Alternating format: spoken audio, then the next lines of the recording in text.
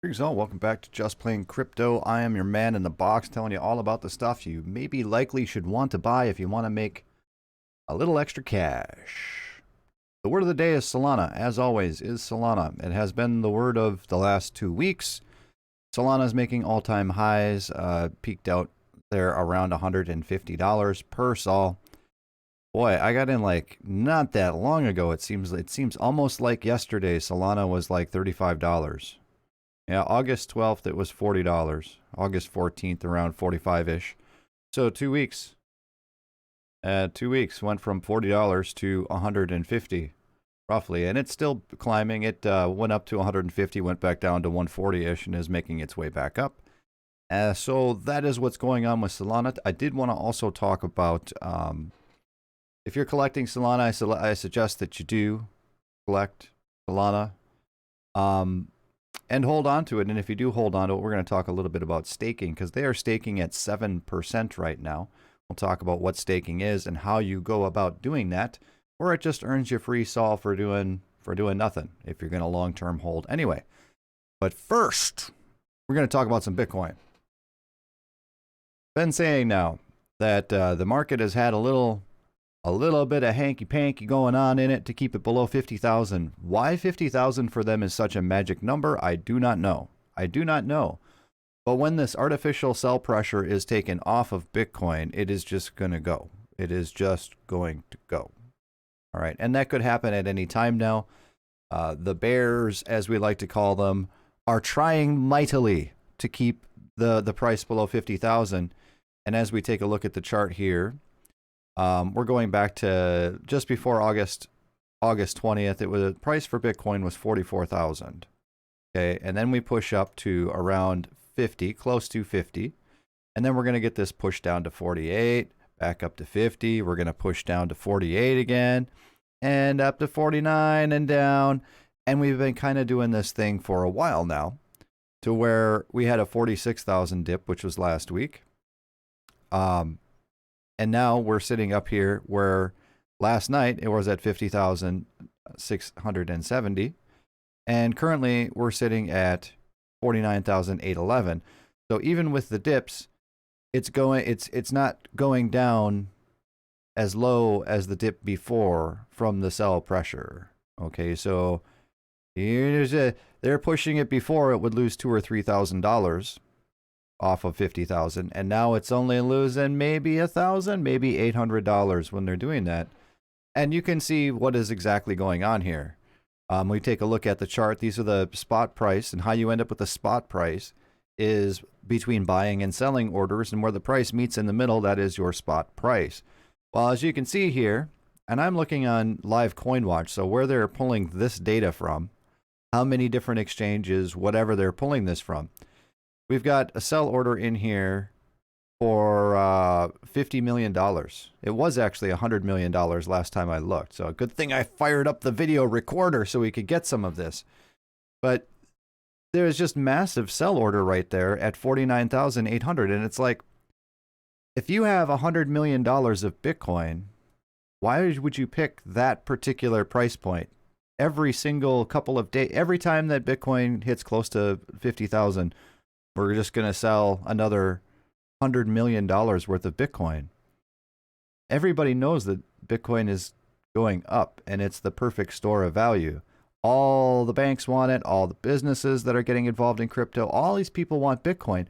Who are these guys that want to sell these big, massive bags at $50,000 mark?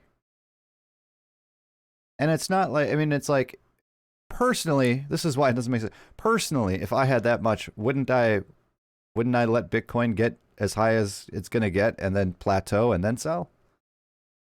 I don't know, right? That just makes sense. As you see here, this was 100 million before I fired up the recording software. So right here, it's like, obviously the price now is going to go down a bit, and the market is reflecting that as we look at the overalls for everybody. The market was doing really good. Everything was up pretty much about 5%, except Solana, which was up like 15 to 20%. Now it is, it's slowing down and only going up 10%. But Bitcoin was up 5 to 7% or something. And of course, now it's going to start dwindling down and drag the rest of the market with it, because all of these whales want to put up spot sell orders, $100 million sell orders at $50,000. I don't know what benefit in the game that would play, because the price is not going down enough to make that transaction worth it. But again, I'm not a whale, so what do I know? All I'm saying is you can't keep that up forever. It costs money to do that stuff. And whatever the reason may be, it could be, here's an example of a reason that places would do this, okay? If you're a corporation who wants to, say, get $500 million or $1 billion worth of Bitcoin, you want to pay the lowest price you can for it, and you're going to buy it over the counter. Now, the over-the-counter price is going to be based on whatever the spot price is.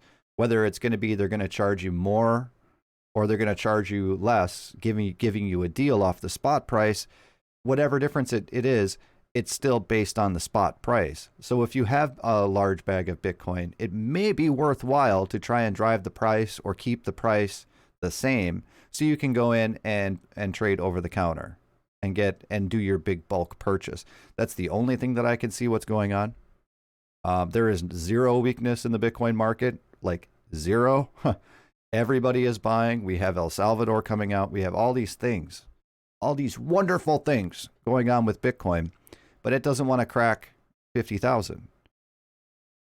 And you take closer looks and it's like, who's selling hundreds of millions of Bitcoin at 49,008 when, it's like, oh, the price is going up by 15% today on Bitcoin. Let's sell all my Bitcoin. Yeah, it doesn't make sense unless you look at it as a manipulation where people are trying to get an advantage in purchasing in bulk over the counter. Or, a lot of times these guys, what they want to do is they want to wipe out the people who are doing longs and shorts so that they can scoop up their Bitcoin, because it's getting to the point where what's on the exchanges is not a whole lot, and you sort of have to wrestle that Bitcoin out of these traders' hands, especially if they want to play with longs and shorts and do gambling, in order to accumulate more Bitcoin. The only ones who are doing that over-the-counter stuff are the people who are buying, like 100 Bitcoin, maybe 10, 20, 30, 40, 100, 200,000 Bitcoin. And that even is drying up. Coinbase, Kraken, all these exchanges are at all-time reserve lows right now. And the miners are not selling. Yeah, they're mining like a couple hundred, 900, I think, Bitcoin a day, but they're not selling it. So it doesn't matter. They're holding on to it. It exists. Someday it might be on the market, but as of right now, it's not. So that is what's going on with Bitcoin. Like I said, it is not a bad time. If you're waiting and watching and you're running around and you see that, people are starting to really get into crypto, and you hear people talk about Dogecoin and talk about this, and you don't really know where to get started, and you're brand new at this stuff, just buy a little bit of Bitcoin. If you got like an extra $1,000 laying around, buy a $200 worth of Bitcoin.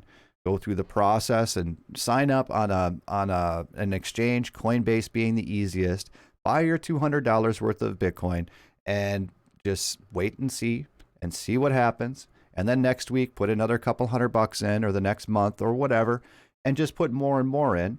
And when you're a part of the ecosystem, you will understand and learn a great deal more about it because you are actively involved in it. Okay? That is just how you do it. Whatever money you can afford to just lose, we'll say, go on the exchange and buy Bitcoin. If you're brand new, just Bitcoin. Ethereum is hot and people love Ethereum too, but trust me, just Bitcoin. The fees are so high right now that if you're playing with small amounts, the transaction fees are more than your transfer amounts, is what it's been happening. So just Bitcoin. There. Now that is done, because Bitcoin at 49,000 is not going to be a thing. The hard bottom, here we go. The hard bottom is the 41,000 threshold. Bitcoin's never going to go lower than 41. I don't care how big of a market crash. I don't care what. 41,000 is pretty much a hard bottom. Just like before 41, 28.8 was a hard bottom. Whether or not 49 is going to be a hard bottom, I don't know. Maybe after it cracks through 50,000, but when it breaks through 50,000 and stays there and continues to rally up, and it's finally let loose from the sell pressure, it probably ain't going to see 50,000 for a long time, if ever. Okay, if ever. All projections point to it to being around 100K by the end of the year. Right? So, with that, we're going to move on here and talk a little bit more about Solana. Of course, on fire. Solana, much like Cardano, you can stake Sol. So if you are accumulating Sol, like I am, more Ethereum went into Sol today. I hate Ethereum. It's bad.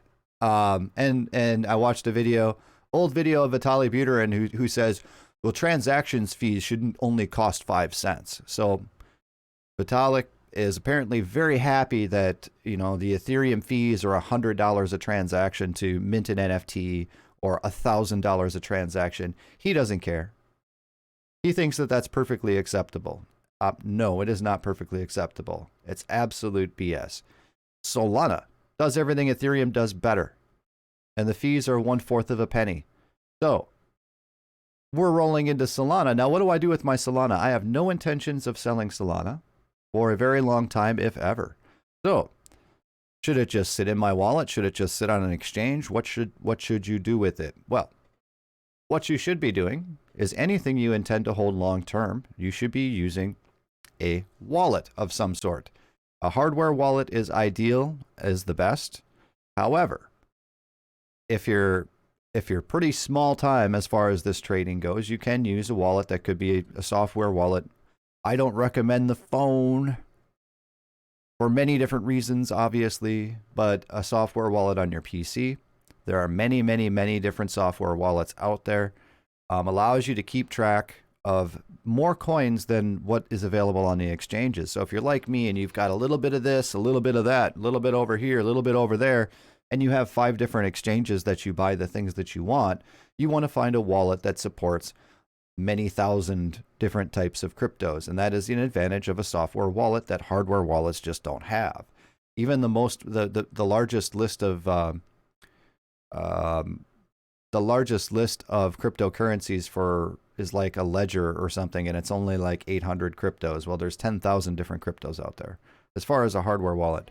Now, a software wallet has an advantage of where it's constantly being updated, where they're always adding new coins. So now you can stake on Solana.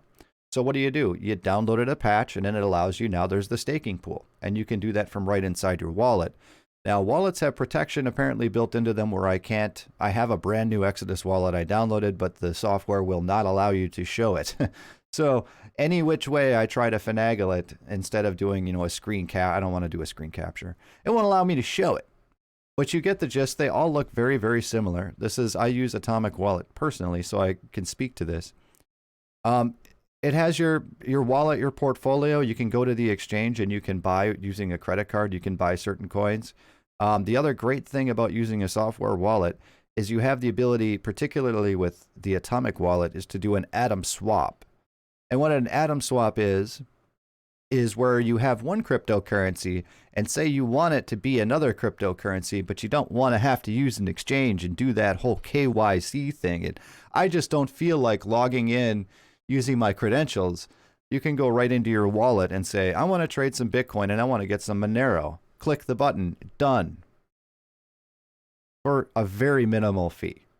Okay, everything has a fee to it, but how much is the fee? I think when I did it, I did a pretty good chunk of change, and I think my fee was like $5.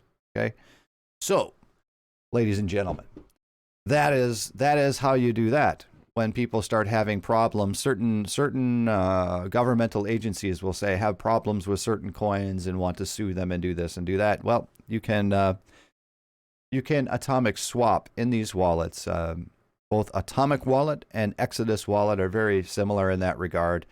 I use Atomic because at the time they were the only ones that were able to do that. Now atomic swapping is a thing that I think almost every wallet can do, but don't quote me on that. I use Atomic Wallet. So what you do when you got little Solana there is you take it off the exchange. Even if you can stake on the exchange, Coinbase a lot of times will automatically stake your stuff that's in your portfolio. Well, they keep a cut. All right. Exodus wallet keeps a small cut too, you know, like 0.5% or something like that.